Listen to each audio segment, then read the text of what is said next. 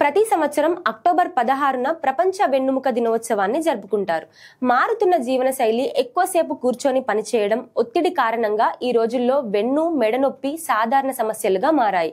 చాలా మంది దీనిని ఒక చిన్న సమస్యగా భావిస్తారు, కానీ కొన్నిసార్లు ఇది ప్రాణాంతకరంగా మారవచ్చు. కాబట్టి సాధారణ వెన్నునొప్పి కూడా వెన్నుముకకు ఎంత ప్రమాదకరమో ఇప్పుడు తెలుసుకుందాం. సాధారణ వెన్నునొప్పి వెన్నుముకకు ప్రమాదకరం. మీకు ఆకస్మికంగా లేదా తీవ్రంగా వెన్నునొప్పి అనిపిస్తే అది కండరాలు లేదా స్నాయువు గాయం లేదా అంతర్గత అవయవాల సమస్యకు సంకేతం కావచ్చు. కాబట్టి పదునైన లేదా ఆకస్మిక వెన్నునొప్పిని తీవ్రంగా పరిగణించండి. కొన్నిసార్లు వెన్నునొప్పి కాళ్ళు లేదా తుంటికి ప్రసరిస్తుంది. దీనిని రేడియేటింగ్ పెయిన్ అంటారు. ఇది శరీరంలోని నరాల మీద ఒత్తిడి వల్ల వస్తుంది.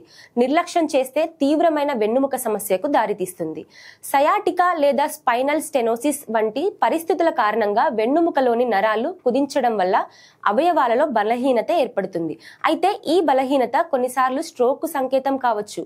మూత్ర విసర్జనను నియంత్రించలేకపోవడం వెన్ను నొప్పితో పాటు తీవ్రమైన నరాల ఒత్తిడి లేదా డిస్కిటిస్ లేదా మెనింజైటిస్ వంటి వెన్నుముక సంక్రమణకు సంకేతం కావచ్చు. తుంటి జననేంద్రియాలలో తిమ్మిరిని సైడ్ అనస్థీషియా అంటారు. ఇది తీవ్రమైన వెన్నుముక లేదా నరాల సమస్యకు కూడా సంకేతం. వెన్నుముకను ఆరోగ్యంగా ఉంచుకోవడం ఎలా? నిపుణుల అభిప్రాయం ప్రకారం వెన్నుముక ఆరోగ్యం కోసం మీ రోజువారీ జీవనశైలిలో కొన్ని మార్పులు చేయడం చాలా అవసరం. మీరు ఎక్కువసేపు డెస్క్ వద్ద పనిచేస్తుంటే సరైన భంగిమలో కూర్చోవడం, ఎక్కువసేపు ఒకే స్థితిలో కూర్చోకుండా ఉండడం ముఖ్యం. అదనంగా ప్రతిరోజు తేలికపాటి వ్యాయామం చేయాలి.